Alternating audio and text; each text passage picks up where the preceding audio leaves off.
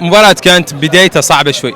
تركيا خلقوا ياس من الفرص، لكن ما سجلنا، لكن الحمد لله في الدقائق الأخيرة تمكنا من التسجيل وحصدنا 3 نقاط ذاك كنا ندار. استعاد مش منها، ما هي 100%، لكن مع ان شاء الله مرور الزمن دور يعني ردوا ذاك كامل ان شاء الله. دور تعود مباراة صعبة لأننا في عرض الناس، لكن نحن ندور نجيبوا جميع الأسلحة لكن نفوزهم ان شاء الله تعالى. الحمد لله الحمد لله.